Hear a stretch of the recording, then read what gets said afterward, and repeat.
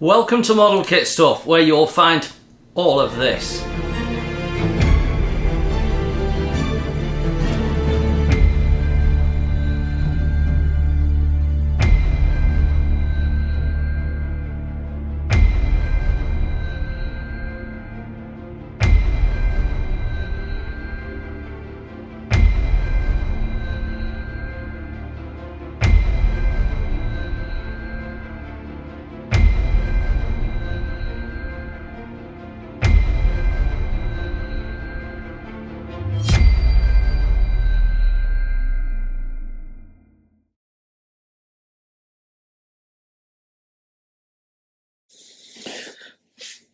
So we're at that point now where I want to deal with the last plastic parts. So we've got some windbreaks that go on the deck here.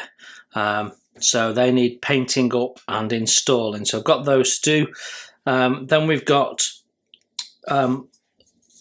these strange mushroom things actually are for lights. So we've got to do some modification for the Photo-etch for those. And we've also got to modify these because we want to swap out the plastic ladders for Photo-etch ladders like we've used before. So we've got that to do as well. We've got the flagstaff, which needs a small modification because we're not attaching this to the plastic part as intended. So that is here.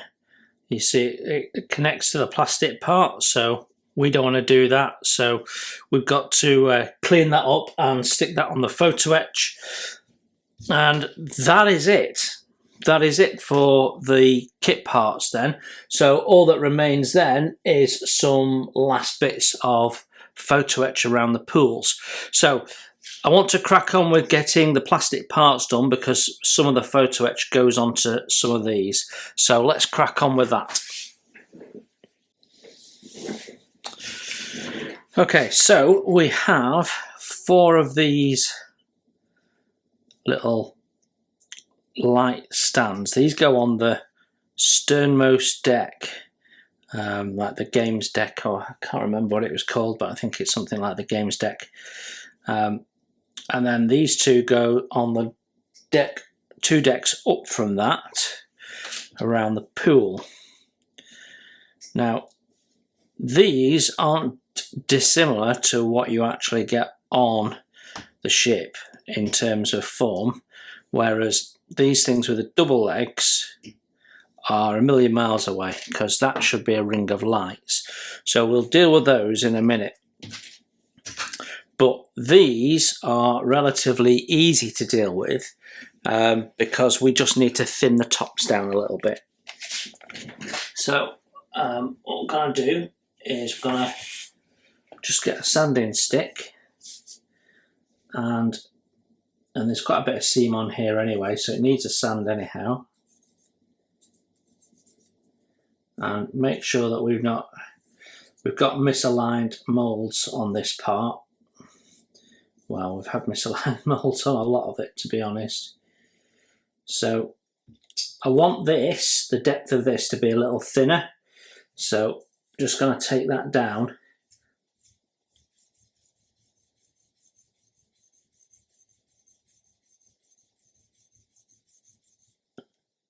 And then when we've taken it down, we put a little dome back on it.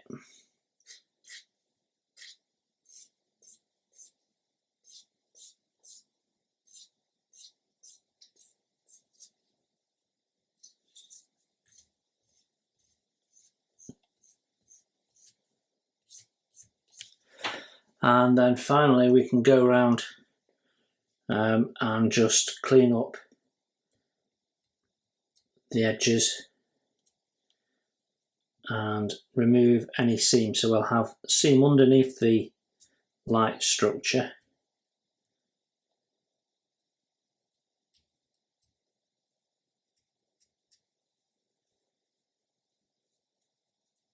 And then seam running down where we've got these sprue gate points. So I'm taking the seam off first. And then with a sharp knife, we can take down these nubs.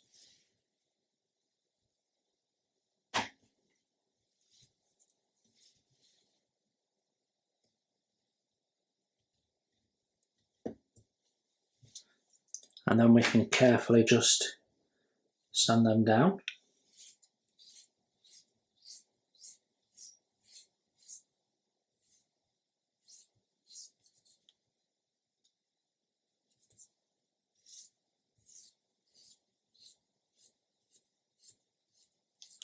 Job done.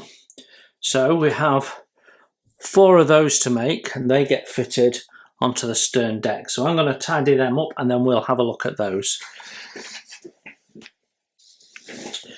Right, with those 4 done, we can turn our attention to this. Now, we need to cut the top off, but I'm thinking it's probably easier to de-seam this with the top on. So I'm just going to get rid of these nubs first job.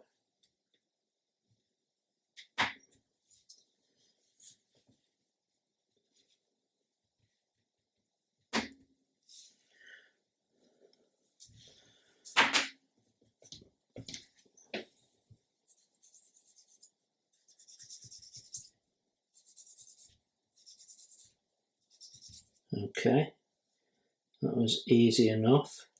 And then we can go down with the scraper.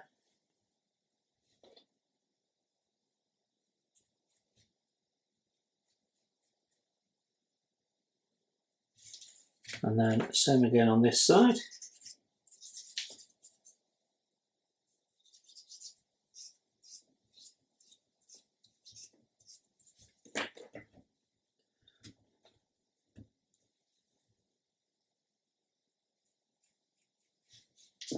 And I'm just going to remove the seam from the bottom and square the bottom off. Now then, cutting as close as I can to the top. I'm just putting my fingers over it. I'm sorry, but you won't be able to see, but I need to make sure that that doesn't fly anywhere. Right, we can chuck that away. Okay, so we should have seam on the other side that we didn't clean off, so we need to just get rid of that.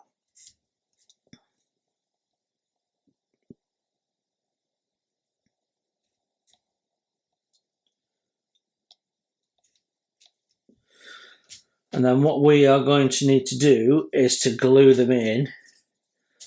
And the best way to do that is to, I think, you've got 2 options. You could glue them in there, but I think they're going to stand upright better if we install them into the actual place where they stand and then put the photo etch on top. So that's what we'll do. So I'm going to clean the rest of them up and then we'll have a look at the little stair platforms. Right then, the staircases. So we are going to replace the ladders with the photo etch stuff we got from Aber. And so because of that, I want to preserve the length of this ladder as best as I can. So I'm going to take it off with my little razor saw. And then we can tidy the part up after that.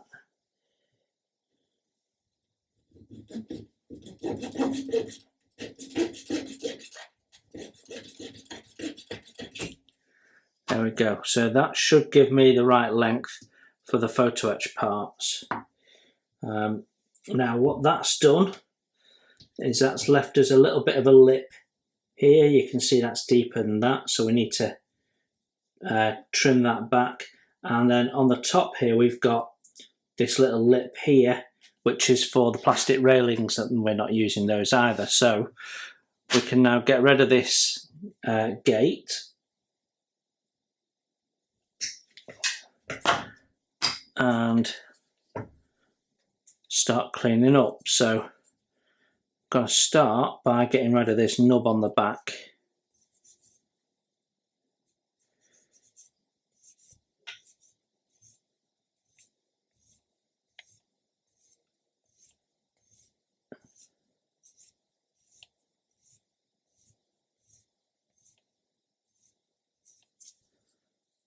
That looks okay. And then we can sort the top surface out and get that nice and totally smooth. There's actually a little bit of sink in the part you see as you start sanding it, but we can afford to thin this down a little bit because the ladder length is being taken from the bottom, not the top.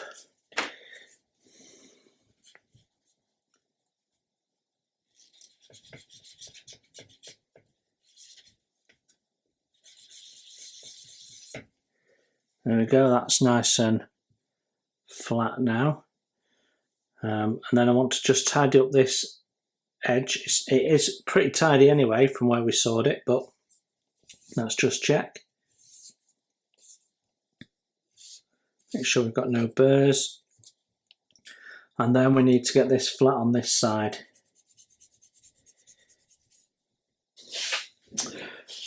Right, the last of the white plastic parts is the flagstaff at the back here.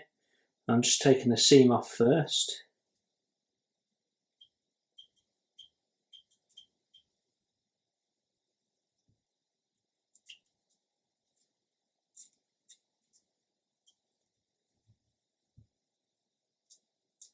So this is easier to do whilst it's on that sprue because I can hold it better. And then what we're going to do is we're going to sand off this little lump here, which is to locate your flag or something, I don't know, but it's not on the actual thing, so we'll take that down.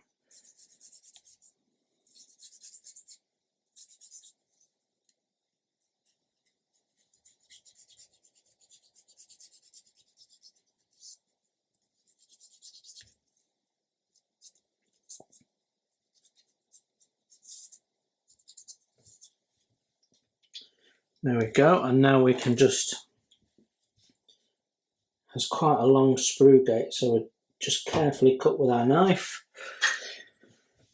and then we can flip it over and cut again from the other direction, and that'll just trim it up nicely, and then a quick go over with that. Sanding stick, you'll notice I'm using 600 for all of this. It's a good sort of working grit really. You can do some fine sanding with it, and you can also reduce stuff down really quickly. So I'm just going to make sure I'm happy with this end piece.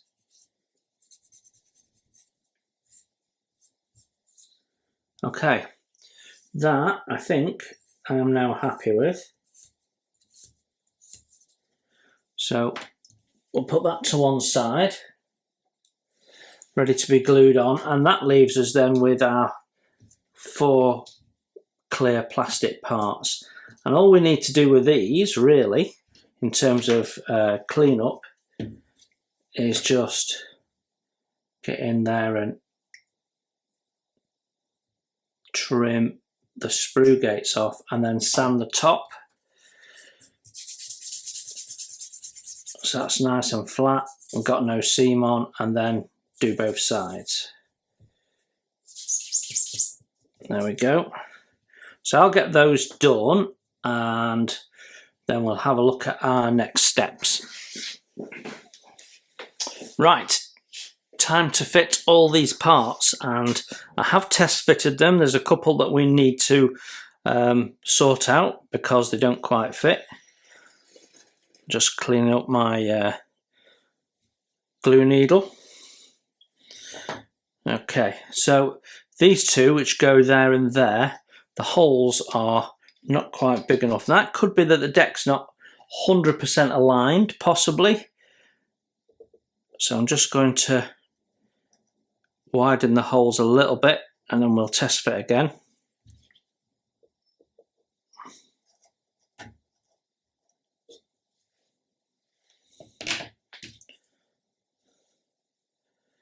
Yeah, that seems to be okay, and that one's definitely okay. Brilliant. Right, so let's start these little ones that go at the top. So I'm just going to dab it in. I'm using a medium C8.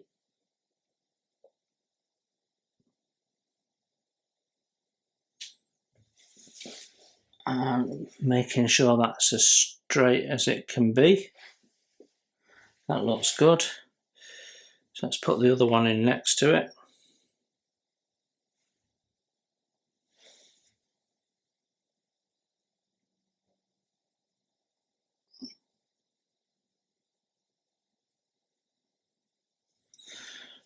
Fantastic. And the important thing here is to make sure we get this completely straight, because we've got ladders to go down on both sides. So that one looks okay.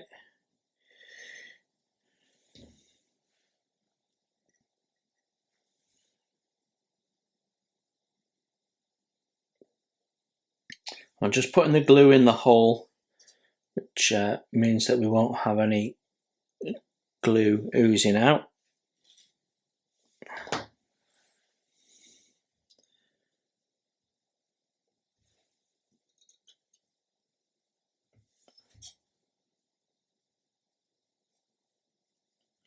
There we go, that's our two platforms on.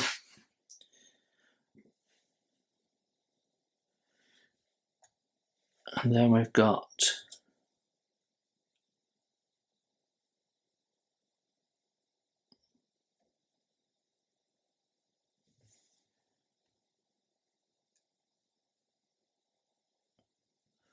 that's the first one.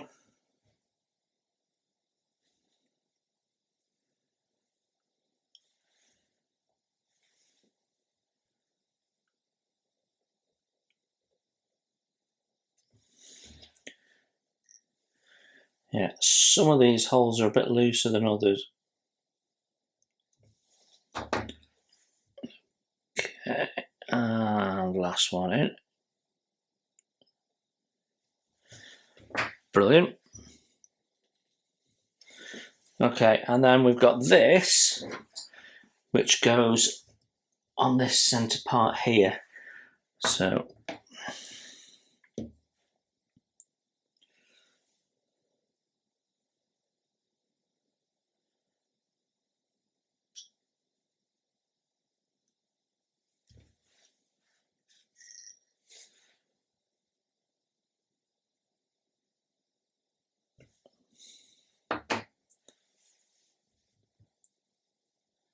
it actually goes on the middle rail stanchion.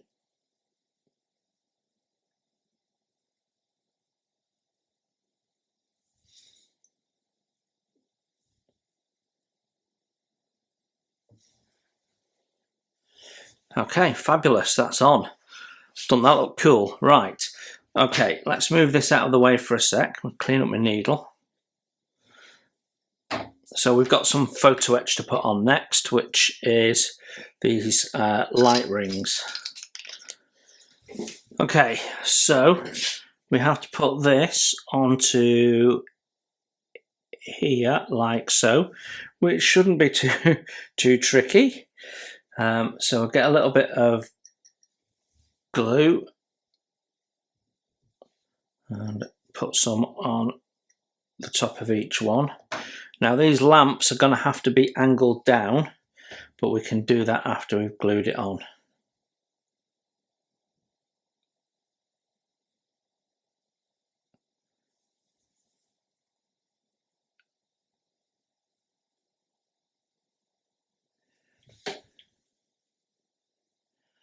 That looks a lot better than the original kit part, doesn't it? Right, let's get this second one on. Right, so happy with that. Now we do have more Photo-etch to go on around some of this, so that's my next task. Then we can paint all this in. But let's have a look actually at the ladders now, because we've put that in. We can cut ladders to length and get folding and gluing. So while we've got the glue out, that makes sense, doesn't it? So our first ladder needs to go from there to there. So I need to work out how many rungs it is. Okay, now we have extra stairwell handrails in here, so we can use them to go up there if we need to. But the gold medal model set does include handrails for that, so it's only if we have a bit of a disaster and mess one up. It's always possible.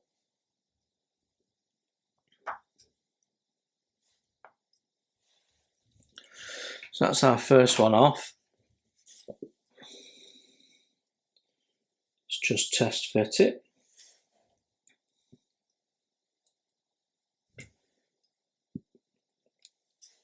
Yeah, perfect.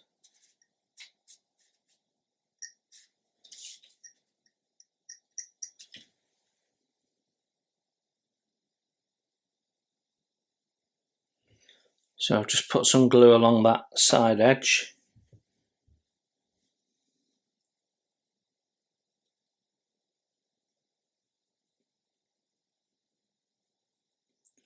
That's one in.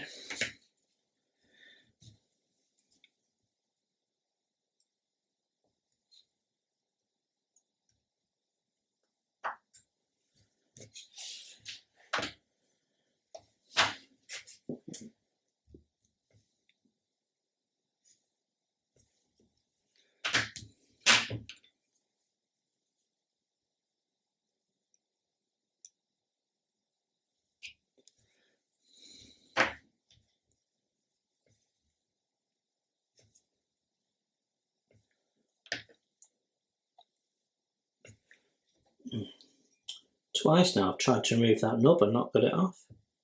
There we go. Right.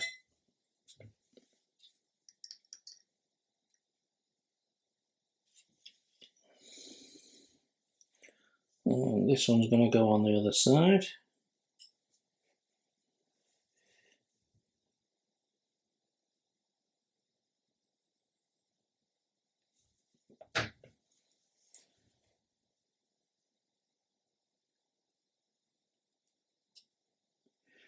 There you go, that is that stairwell done. So there must be a railing that goes around that edge, which I think is part F320. So let's have a look at that. So I'm just going to take the railing and dip it in the glue. And what you find when you do that is that most of the glue comes off as you take it out, and you have just the lightest touch on there, and so you don't tend to have too much on. There we go.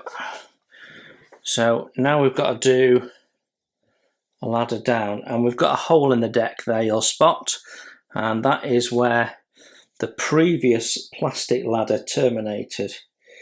So we want to try and cover that up with this bit of ladder.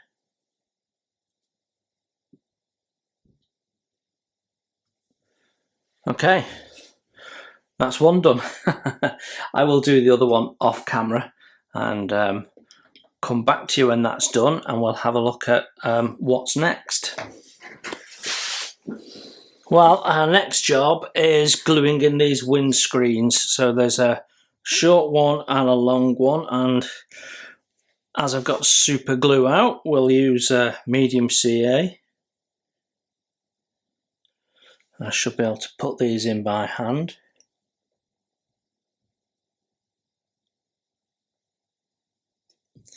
That's one.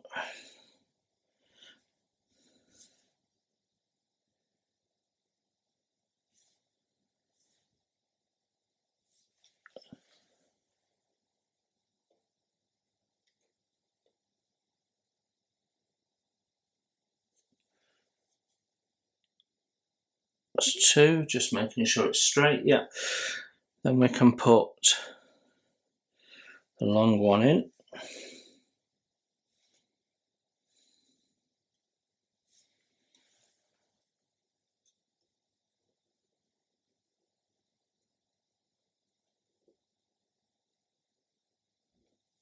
There we go.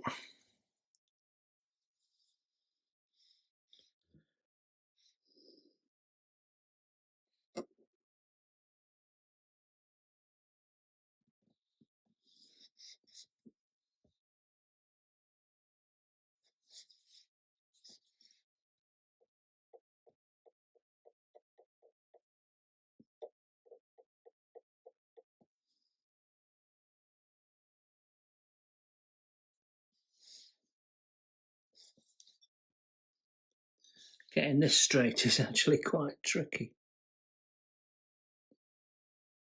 There we go. So that looks about right. So I'm going to put a bit of microset down on the top of her rather than microsol because it's going on a flat surface, so we don't need it to be super soft.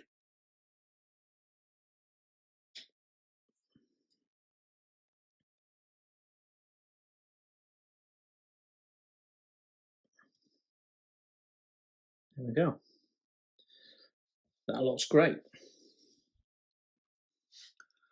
There's one of these on each side of the radome.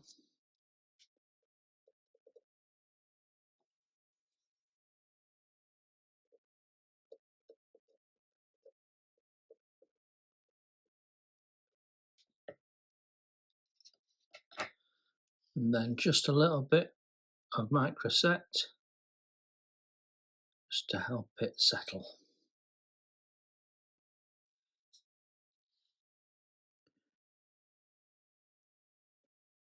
So the C is about halfway above that window.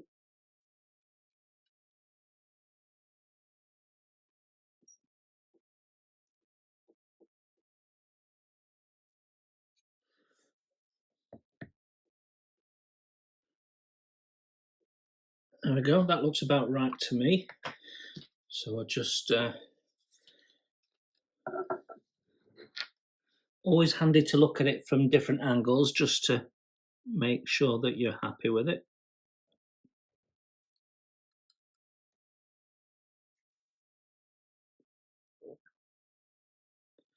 We'll just make sure all of these are sitting nicely. There we go.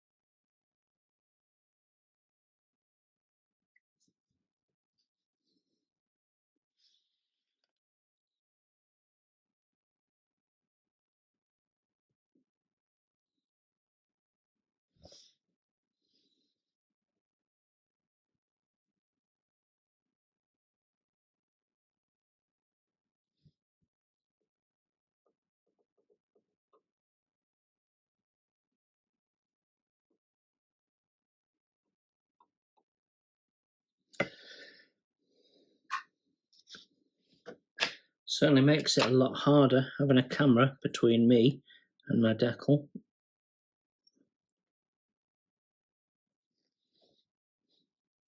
Just going to put some water down and keep it afloat for a minute while I get it in the right place.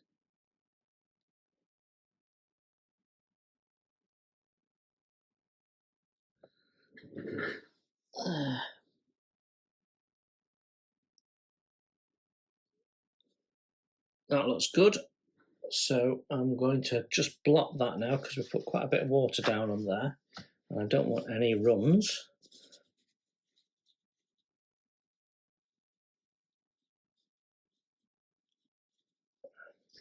And then just to make sure it's really nice and flat, I'm going to go over it and squeegee out any air and my brush has just been soaked in microset.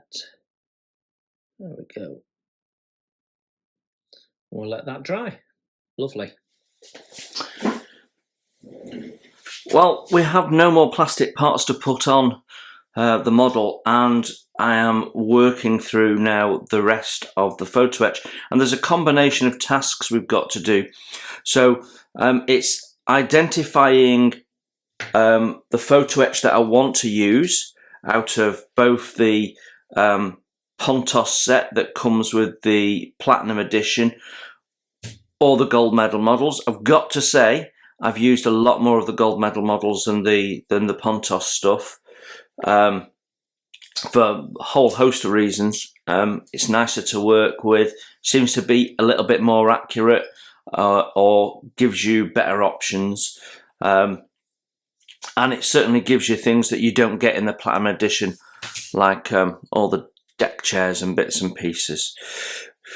So first of all, I'm working through the parts that replace the kit parts, like these little railings that replace the plastic railings, and then we're looking at additional bits such as the handrails that go in the swimming pools and what have you, and then we're looking at things that we can swap out, so like the staircases, and then that should get us where we need to be, and we've only really got this area to do, and the front, the top deck pools to do, and then we're pretty much done with the fittings. Then when we've done that, it's looking at some of the fixtures. So we've got, for example, the tennis rackets and net and basketball hoops and bits and pieces. So some of these we'll paint on here and then cut them off and stick them in place, because that'll be a lot easier. We've got more life rings to add, so they need painting up and then they can be fixed in place. It's easier to paint them in situ as well. I need to check. I seem to have a number of clocks left over, so I need to go back through and check I've not missed any clocks, and then we can get to these items, which is all the chairs. My gut feel here is to bend them on the fret as best I can, and then paint them, and then just nip them off and touch them up if I need to, and install them. So we've got stacking wooden, and then we've got deck chairs. So with the deck chairs, particularly because I'll be displaying this against a wall, I'm only going to see one side of the ship. We will just populate one side of the ship, which means I've actually got more, because I'm not having to spread them out so much. I can put some volume in places. So I've got some for the promenade deck and what have you. So when you see some of the photographs or videos of the promenade deck particularly, it's quite cluttered with these deck chairs. So we want to have a look at that, and I've got some cafe tables to put in. Now I'm just about to do the cafe rail, so that'll give me an understanding of how much space I've got for these tables and chairs, and then I've got one or two security cameras left as well. So there's bits and pieces to do, but we're nearly there. And what I'm going to do is I'm going to power through shaping all of these and gluing all these railings and bits around the pool into place. Then I can take some photographs of them in their raw state. Then I'll paint them, take some photographs of it painted.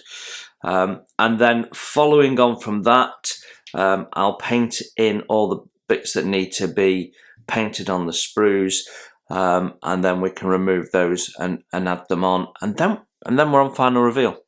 So yeah, I will show you how I tackle bending all of these different elements. The tables need construction and stuff like that, so I'll have to rig up a camera to get you as close as possible. And then when all of that's done, I've got final touch-up to do. I'm not happy with these windows. They look a bit scrappy, and I want to just tidy them up. So we'll be doing that in the process as well.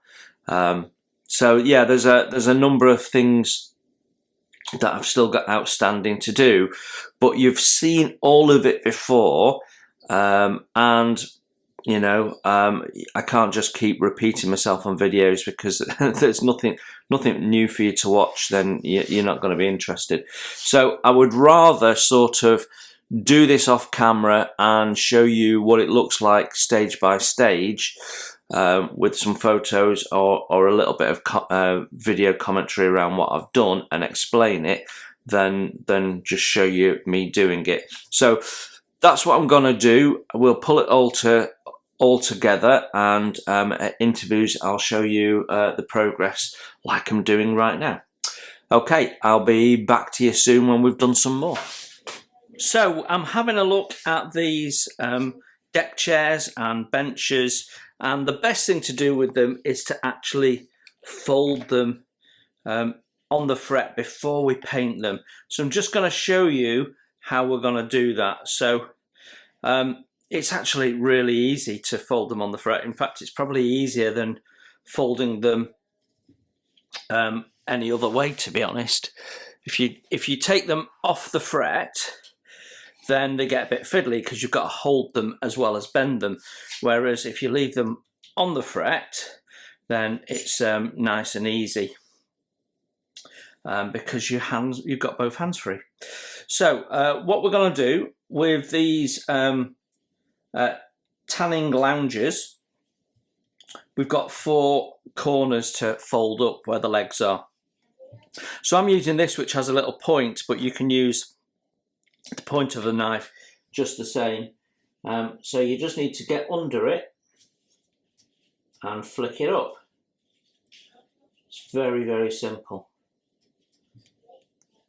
Now the legs on these are going to be painted white, the rest a bit green. So what we'll probably do is paint it in the green first, and then pick out the legs separately and then cut them off. I can't get under with that, so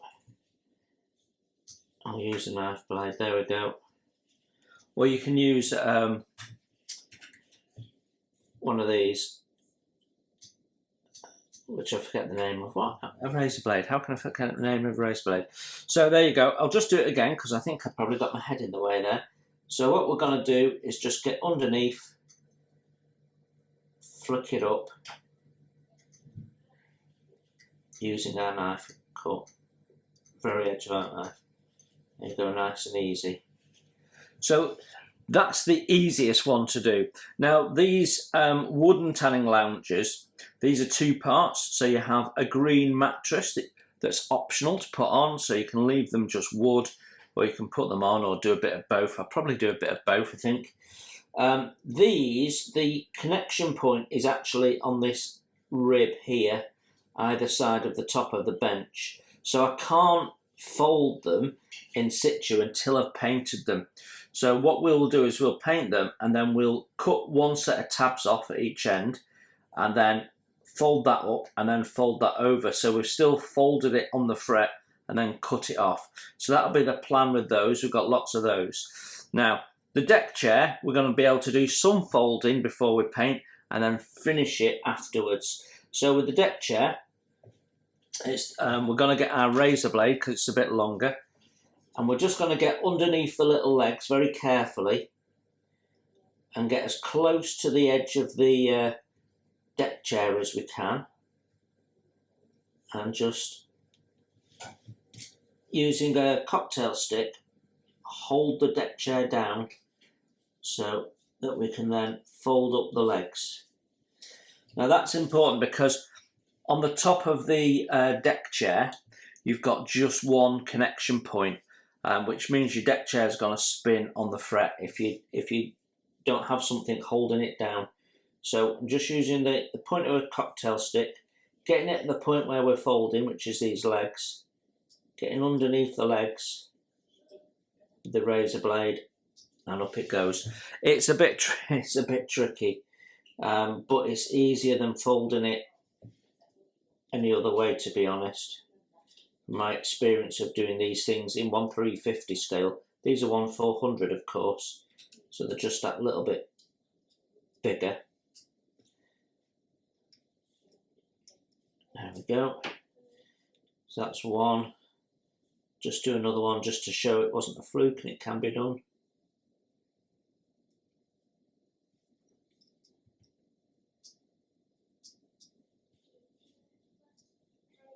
There we go. And we want to do as much folding as we can before we actually do the painting, because the less we handle it after painting, the better. So there you go. That's as much as we can do before we paint. So we'll have a look at painting these later on. I have now got to the point where all of my photo etch is now ready to be, has either been glued on or is ready to be glued on, with the exception of the things that I want to paint on the frets before we take them off.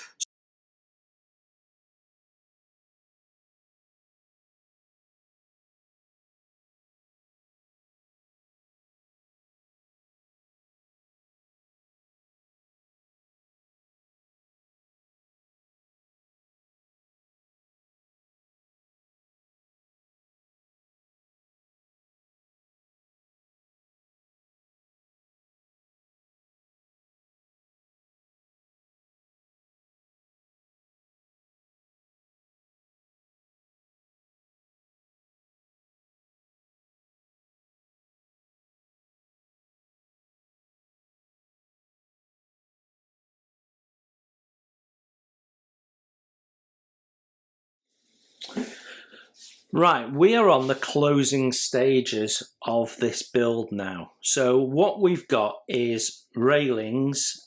We've got clear parts where we've got to paint in the frames. Then we've got more railings and more glass frames, and then more railings. So we do have one or two interesting bits to do. We've got steps to put in, and beyond what's left to do in the kit, we've got some photo etch bits and pieces to do. But from a point of view of interesting things to put into the video, not really. So what I'm going to do is I'm going to crack on, because you've seen me form photo etch, and I will just crack on with doing it, and then periodically we'll stop and just say, right, these are the bits I put in, talk about any issues, and so on. Lots of clear parts that we need to clean up for the upper deck area. They all need to be smoky glass, and then we've got to paint all the white in, so quite a lot of work to be done. Also, there's a lot of heavy seam around them all, so I'm just going round right now and tidying it all up. So just going around with a 600 and taking the top off. That'll give it something to key to when we paint all this lot up. Probably with a paint pen is the best way, but I need to tint the glass first. So we'll tint one side, let that dry, then paint it all in.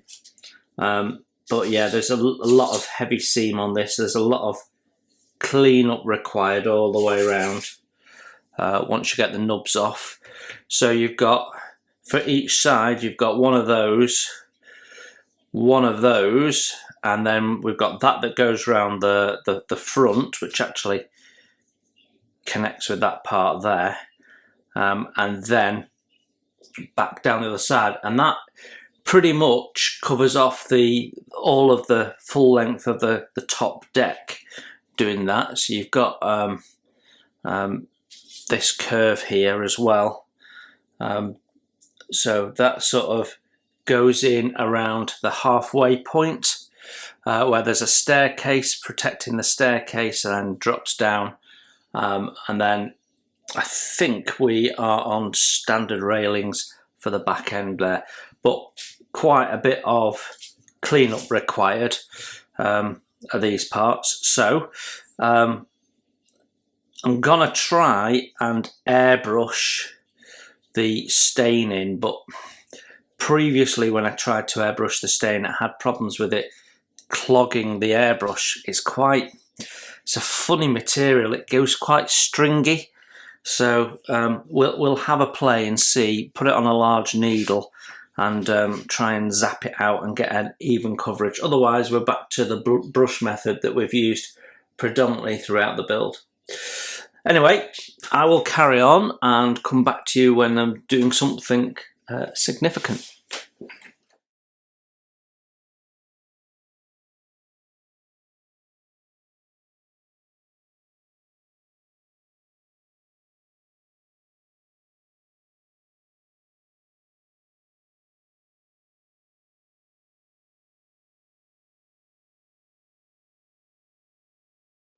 Right, that's my glazing in.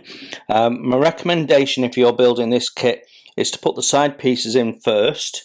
If you start with the very back one, then do the upper deck one, so make sure they've married up, and then put this front windshield in last, so that you know that it's butting up to those points, because actually it's only glued on these two edges. The front face of this is just on the edge or slightly behind, so there's no contact area to put glue on. So actually it's just glued in at that end, so you want to make sure that this is all lined up. If you put that in first, you might find you end up with a gap, either at this end or at the back end where it meets the glazing near the ladders at this area here. So anyway, it's in, and that means that we are now on to photo-etch railings at the stern. So I am just working down these rear decks here, finding the photo-etch. Now the gold medal models photo-etch has pretty much been my preference all the way through. But when we get to this area, we're having to use a bit of both, because actually a lot of the railings around this, the pool areas, is just not covered by them. I've got two sets of instructions for this, both of which are not particularly clear, so I'm struggling to find the numbers. So I'm having to take parts out and test fit them and see if they work. So it's a real slog getting through this. But they do give you sort of generic rails to allow you to get up and down the steps of the jacuzzis, and they've got these little railings here, these jacuzzi railings, which you can then roll to go around the top. So I think we've got everything we need. It's just finding which fret they're on and whether they fit, because I'm all right with the gold medal models because I've got proper instructions, but I've got photographs of instructions for the Pontos stuff, and it's really a case of trial and error, because I can't see the numbers particularly well. Right then, that's all the main deck railings formed and ready to go, and some of the railings around the pool I've got more to do, but we're at that point where we've got enough where we can say, right, let's justify getting some CA out and getting some of these in place. So that's the plan, and we'll ignore my dad sending me texts and the pinging, apologies. Yeah, let's get some of this attached in place, and then we can see where we're up to.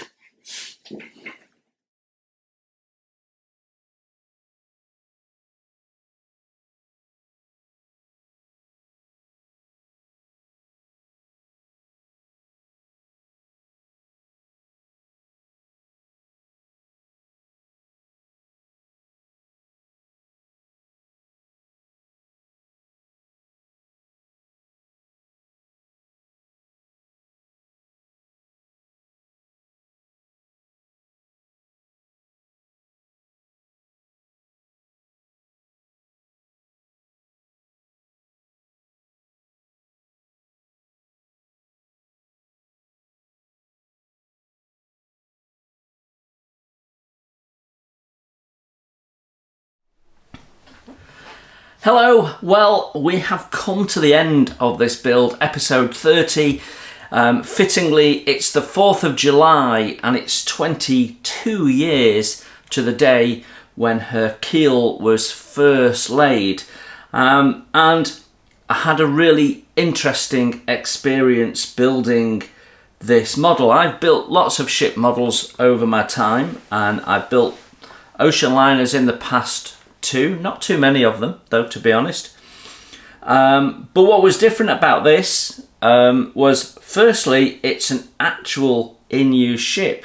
Most models that I build tend to be of historic subjects that are no longer in service or in use, and of course Queen Mary 2 doesn't actually look like this anymore. She's been modified since she was originally launched, which is how I've modelled this ship and how the kit was originally designed.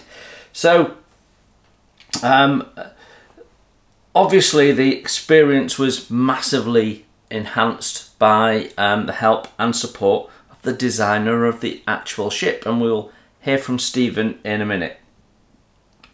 I think there's lots of details that we ended up putting into this, and that was the joy of building this kit. There was a lot of scratch building. I do enjoy doing the scratch building, but it is very, very time consuming, and it was actually the first time I'd done a major scratch building project on the channel, and the result of doing it on camera is sometimes you feel a little bit time poor, and that means that sometimes you can cut corners where you wouldn't have done if you were just building it. But if I'd been building this off camera and I didn't have a channel, it's probably a build I would have dipped in and out of over a 4 or 5 year period until it was finished.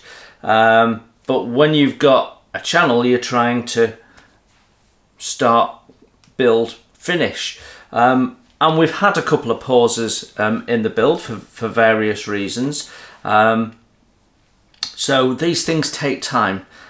It's a big old model, and despite the fact that the kit is showing its age, there are some design issues which cause fit issues that probably would have been done differently if it was being designed today. Despite that, the kit is actually very, very accurate. I also had some additional challenges. This was a second-hand kit that hadn't been well kept, and we had to get a second set of decals for her. And I also managed to get the Photo-etch parts off eBay that you get with the Revell technical set, the upgraded set, platinum set I think they call it. But I didn't get the brass tubes and turned brass elements, nor did I have the instructions. So I had to get photocopies of the instructions, and they weren't always easy to read. So there was some challenges. We also added the gold medal models Photo-etch to it. And on reflection, there was elements of both that I liked. I preferred generally the railings from the gold medal models sets, but in most other cases I preferred what is the Pontos stuff that Revell supply. So I think whether you go for the base kit and add the gold medal models etch, or you get the platinum edition from Revell, which has the wood decks in and stuff, I think whichever way you go, you can build a very complete and detailed model. All of that said, there are one or two errors on there on the model to look out for. The most obvious one being the deck with the big pool right at the stern, which is depicted incorrectly as being a wooden deck, and that both Pontos Angle and the other deck manufacturer, overlay deck manufacturer, have both incorrectly created wooden decks for. So be mindful of that. It's a rubber deck. It's not rubber, but it's a soft deck, not a wooden deck, because it's a children's play area. So yeah, the kit itself, it builds up really well. I'm pleased with it. I have a critical eye. There's always bits that I'm not happy with. The build itself actually isn't finished. I've got 1 or 2 painting jobs left to do on this, and I have the other side to build, which I can come back to at any time. But we have to bring the build to a close at some point, and I didn't want to drift it too far away from the last episode, which actually was 6 months ago anyway. So there you have it. I'm happy with the build. We've taken you through a lot of scratch building processes using all sorts of different materials: plastic card, real wood, metal tube. You know, we've gone through painting techniques, we've gone through fine research and finding the patterns on the carpet so we can emulate them. Even though you can't really see them, I know they're there. But if you get your torch out and have a good look, you do capture them. It's been really interesting to capture an ocean liner at this scale. At 1/400 scale, it's a big old model. And at times there is a lot of really repetitive activities, like all the glass balustrades and stuff like that. And it's a bit like doing individual tank tracks. You have to get yourself into a groove to sort of get them done. So yeah, I thoroughly enjoyed the build, and that was enhanced by the fact that I could talk to the designer. And in the early days of the build, we were having a weekly meeting and we were bouncing ideas off each other on how to super detail it. Not all the ideas that I had I've been able to pull off and do, so I wanted to put the little stand lamps and things on the decks, but it just proved too fiddly and too time consuming. Again, if I wasn't doing it on camera, we'd have perhaps done it. So yeah, all in all, I'm very happy with the build. Now I wanted to just reflect on the Queen Mary 2 herself, because the reason I bought this kit in the first place, and when Stephen reached out to me, he asked me if I'd ever consider building the Queen Mary 2, and I said absolutely I would. I've actually got the kit in my stash. I already had this before I met Stephen. And the reason is I've had a long-standing love affair with passenger liners since being at primary school, when I came across a book on disasters, and of course there was 3 pages dedicated to the Titanic, and it's a story that captures your imagination. And then the Queen Mary, Queen Elizabeth II was on the news a fair bit, and once in a while was on Blue Peter, and it comes into your consciousness. So there was always an interest in ocean liners, and I think the current Queen Mary 2 captures the feel of ocean liners of the time that's gone by. And I think the design of the ship captures all sorts of bits of features of other ships, and that's what gives her a classic, timeless look. And I think if at the end of the Queen Mary 2's service in another 20, maybe 30 years, if they do decide to build another genuine ocean liner, somehow it won't be the same without the same designer, because you need to have an enthusiasm for ocean liners to put those little details in. There's things here that were done purely for aesthetics and not just for functionality. And whilst functionality and getting as many rooms in with a sea view as possible is a big part of it, there also has to be something that gives it a classic design look. And I think all the ocean liners that went before it had a look, had something that pulled people in that cruise liners, simply modern ones, simply don't have. So I think she's a stunning ship, and she builds up to be a stunning model, and it's a bit sad that the build's over. But We carry on the channel with lots of other ship builds. We've got the Scharnhorst being built now. We've got the Endeavour being built now. When the Endeavour finishes, we'll be back on the HMS Fly. And when the Scharnhorst is finished, we're going to build our first ever tall ship on the channel. Not my first ever tall ship, the first one on the channel. So there is always a ship going on, and in the next few weeks you should see the brand new lifeboat starter set from Airfix being built as well.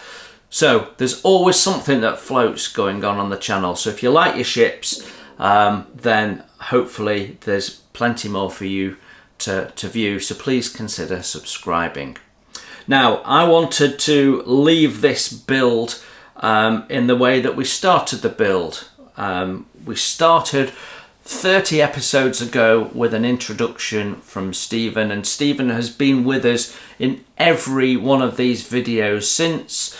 We're sharing some of the lectures that he does when he's on the Queen Mary 2, and sharing his insights. He's taken us on tours of the ship, and we've even done a live stream live in the mid-Atlantic from the Queen Mary 2. So we have done some really interesting stuff during the life of this build. So I really wanted to close out with the last words from Stephen. So until the next time, thank you very much for following the build. I hope you really enjoyed it. I will see you very soon. You enjoy your modelling. And here's Stephen. Hello, Stephen Payne here, designer of Queen Mary 2. And I must say it's been a remarkable time looking at Jason build Queen Mary 2. It's been a long journey, and the model is certainly a magnificent model. I certainly had a lot of fun working with Revell when they were developing the kit around 2003. It's not perfect by any means, but it is the best model kit available of Queen Mary 2. So, of course, Queen Mary 2 is the last traditional transatlantic liner. Hopefully, when she completes her service, there may well be a follow-on vessel, because she's very successful in what she does. And she's always sailing full.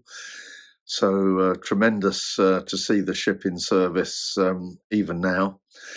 So 20 years old, and it new refits coming along, which is upgrading the ship. So hopefully she'll fulfill her 40-year design life.